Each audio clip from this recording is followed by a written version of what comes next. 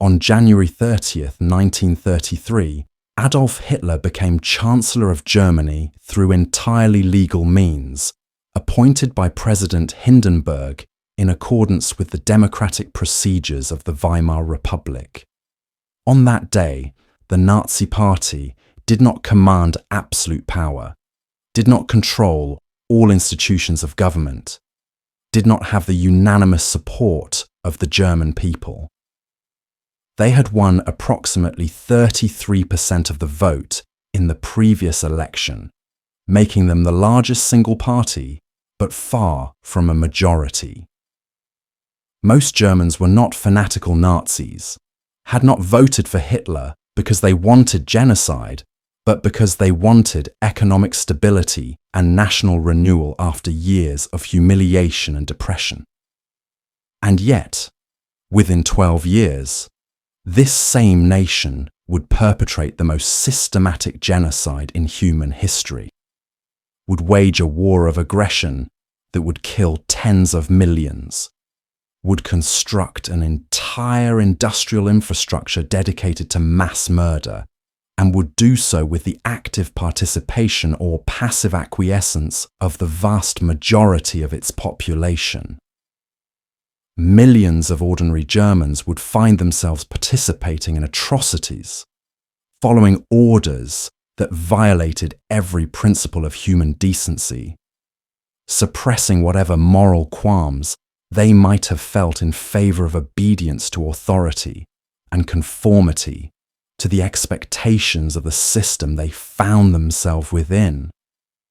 This transformation did not happen by accident, did not emerge spontaneously from some pre-existing defect in the German character.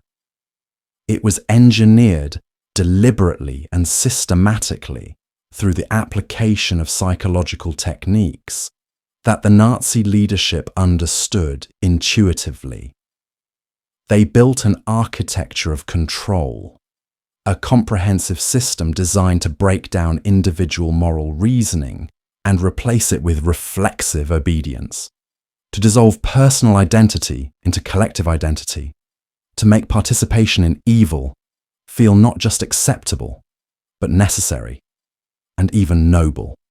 Welcome to Forgotten Minds. Today, we dissect not an individual mind, but the techniques used to control millions of minds simultaneously, to understand how a modern, educated, culturally sophisticated nation was transformed into an instrument of systematic atrocity through the deliberate manipulation of human psychology, and to recognize these same techniques when they appear in our own time, because the mechanisms that created Nazi Germany did not die in 1945, but remain active possibilities in any society that abandons the safeguards against authoritarian control.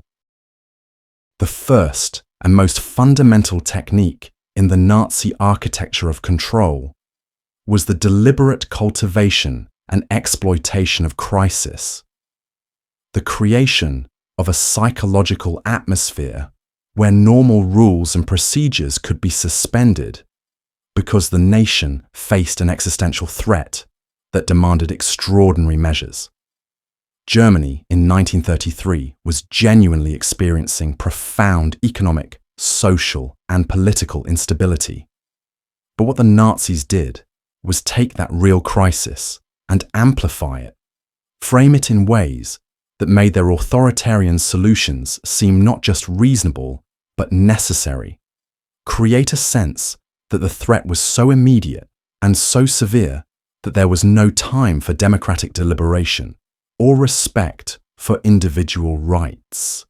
The Reichstag fire in February 1933 became the pretext for suspending civil liberties and constitutional protections, for arresting political opponents and suppressing dissent, all justified as temporary emergency measures necessary to protect the nation from communist insurrection. And the psychological effect of this manufactured crisis was to create a population that was willing to trade freedom for security, that was grateful for strong leadership that promised to restore order, that was too frightened and disoriented to resist the gradual consolidation of authoritarian power. This technique works because human beings under conditions of fear and uncertainty become more willing to accept authoritarian control, more willing to surrender individual autonomy in exchange for the promise of protection and stability. Crisis creates a psychological state where normal moral reasoning is suspended, where people become focused on immediate survival rather than long-term consequences, where the instinct to defer to strong authority overrides the capacity for critical judgment. The second critical technique was the rapid and comprehensive seizure of control over all sources of information and communication, ensuring that the German population would be exposed only to messages that reinforced Nazi ideology and would be insulated from any contrary perspectives that might challenge the official narrative.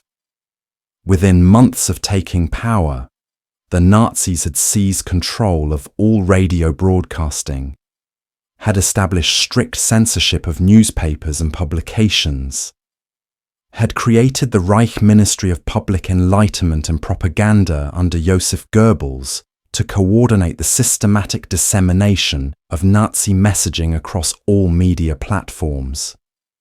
This was not simply crude propaganda or obvious lies. The sophistication of Nazi information control lay in its comprehensiveness, in the way it created an entire information ecosystem, where Nazi ideology was not presented as one perspective among many, but as simple reality, as obvious truth that everyone acknowledged. The techniques included constant repetition of simple slogans that bypassed critical thinking, the use of emotional appeals and imagery that triggered visceral responses rather than rational analysis, the framing of complex issues in simplistic terms of good versus evil, us versus them.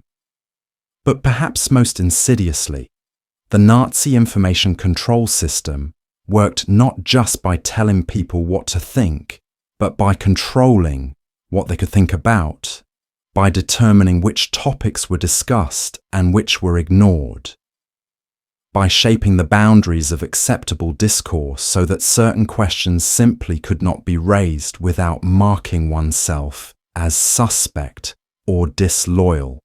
When you control all information sources, you control not just what people believe, but what they consider possible to believe, what alternatives they can imagine, what questions they can ask. The third technique was the systematic invasion and elimination of private space, the creation of a society where individuals were never truly alone, never free from observation and judgment, never able to retreat into privacy where they might develop thoughts or relationships that existed outside the system's control. This was accomplished through the encouragement of denunciation, where citizens were urged to report on neighbours, colleagues, even family members who expressed doubt or criticism of the regime.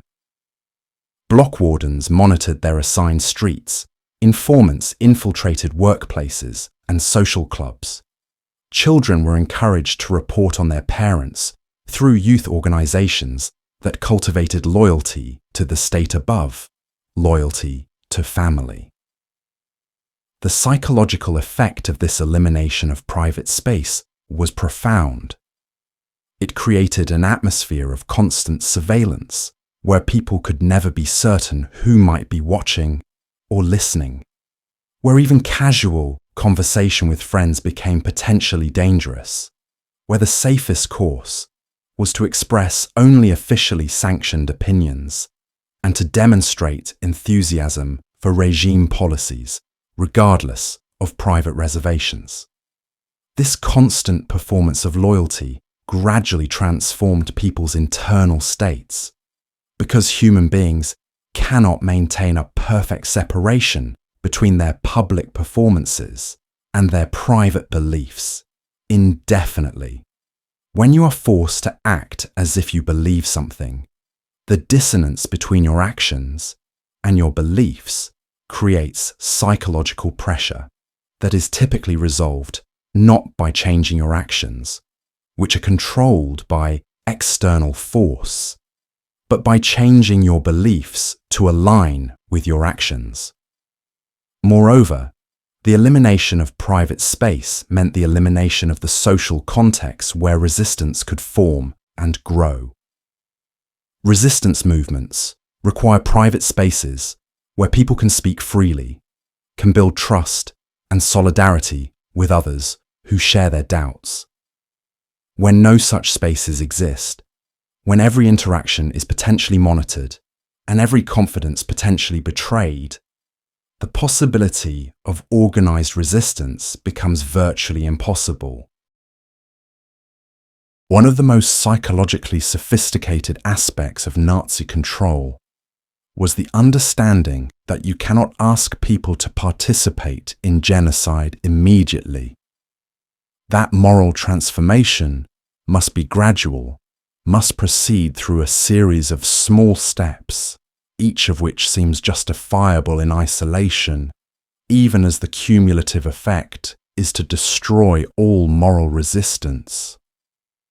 The progression from the exclusion of Jews from certain professions to their physical extermination took years and moved through carefully calibrated stages, each of which established new norms that made the next step seem less extreme. First came social exclusion, the encouragement of Germans to avoid Jewish businesses and social contact with Jewish neighbours, presented not as cruelty, but as legitimate expression of national solidarity. Then came legal discrimination, the Nuremberg laws that stripped Jews of citizenship, framed as necessary measures to protect racial purity. Then came economic expropriation, the seizure of Jewish businesses and property, justified as correcting historical injustices. Then came physical concentration, the forced relocation to ghettos, presented as a practical administrative measure. Then came deportation, described in euphemistic language as resettlement. And finally came systematic murder. But by the time the killing began on an industrial scale, millions of Germans had already participated in numerous smaller violations of Jewish humanity, had already crossed countless moral boundaries. This technique of gradual escalation works because human beings are very poor at recognizing cumulative moral drift, at seeing how small compromises and minor violations add up over time to produce major transformations in character and conduct. Each individual step can be rationalized, can be presented as not really that bad, as a reasonable response to circumstances. And once you have taken one step, once you have participated in one small violation, the psychological pressure to justify that participation makes it easier to take the next step. Because acknowledging that the next step is wrong would require acknowledging that the previous steps were wrong, which would require confronting your own complicity. Another critical mechanism in engineering mass participation in atrocity was the careful structuring of roles and procedures so that no single individual felt fully responsible for the final outcome, so that everyone could tell themselves they were simply doing their small part in a larger system, and that the moral weight of what that system produced fell on others rather than on themselves. The bureaucratic machinery of the Holocaust was deliberately designed to create maximum psychological distance between individual actions and final consequences, to allow each participant to focus on their limited technical task without confronting the human reality of what they were contributing to. The railway workers who scheduled trains to death camps could tell themselves they were simply transporting passengers, that what happened after arrival was not their responsibility. The officials who processed deportation orders could tell themselves they were simply managing paperwork, following procedures. The guards at camps could tell themselves they were simply following orders from superiors who bore the real responsibility.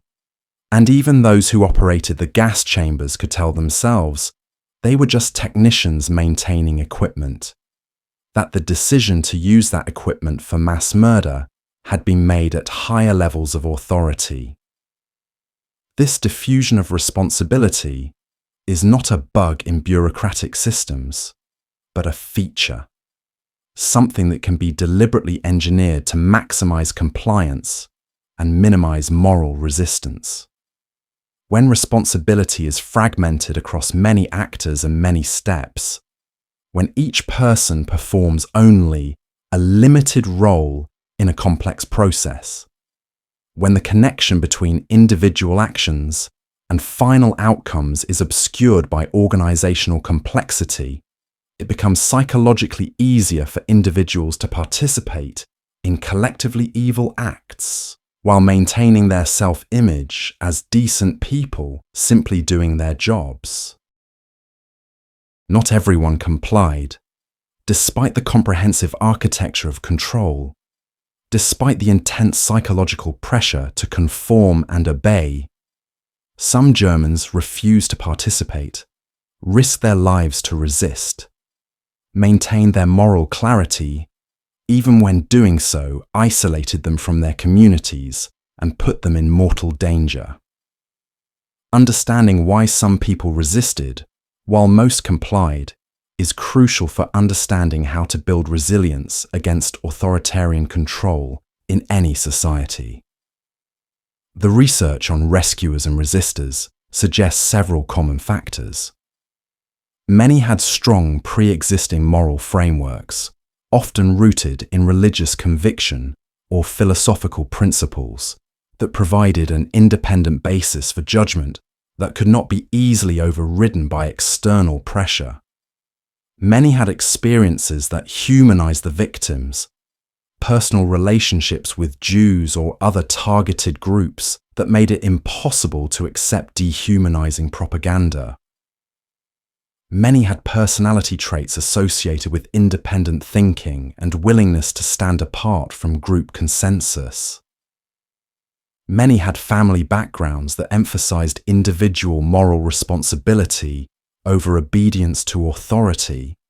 That taught children to think critically, rather than to accept what they were told without question. But what is most important is that resistance, when it occurred, was typically made possible by the existence of alternative communities and information sources that preserved different values and provided social support for those who refused to comply. Religious communities, particularly those with strong institutional independence from the state, provided both moral frameworks that contradicted Nazi ideology and social networks that could support and protect dissenters. Underground resistance networks created spaces where alternative perspectives could be maintained. Even individual families that maintained their own values and refused to fully participate in the system's rituals created small islands of resistance where different moral frameworks could survive. The Nazi architecture of control was not unique to Germany or to that historical moment, but represents the application of universal psychological principles that can be deployed in any society that remain potent tools for those who seek to manipulate populations and suppress resistance. The techniques we have examined, the exploitation of crisis, the monopolization of information, the elimination of private space, the gradualism of corruption, the diffusion of responsibility, are not relics of the past, but active possibilities in the present, visible in various degrees and combinations in authoritarian systems around the world today. What protects societies from descending into the kind of systematic evil that Nazi Germany represented is not the superior virtue of their populations, but the presence of structural safeguards that make these techniques of control more difficult to implement, independent media that cannot be easily monopolized, legal protections for privacy and dissent that cannot be easily suspended, educational systems that teach critical thinking rather than obedience, civil society organizations that exist outside state control, democratic institutions that distribute power rather than concentrating it, cultural norms that value individual moral responsibility over reflexive obedience to authority.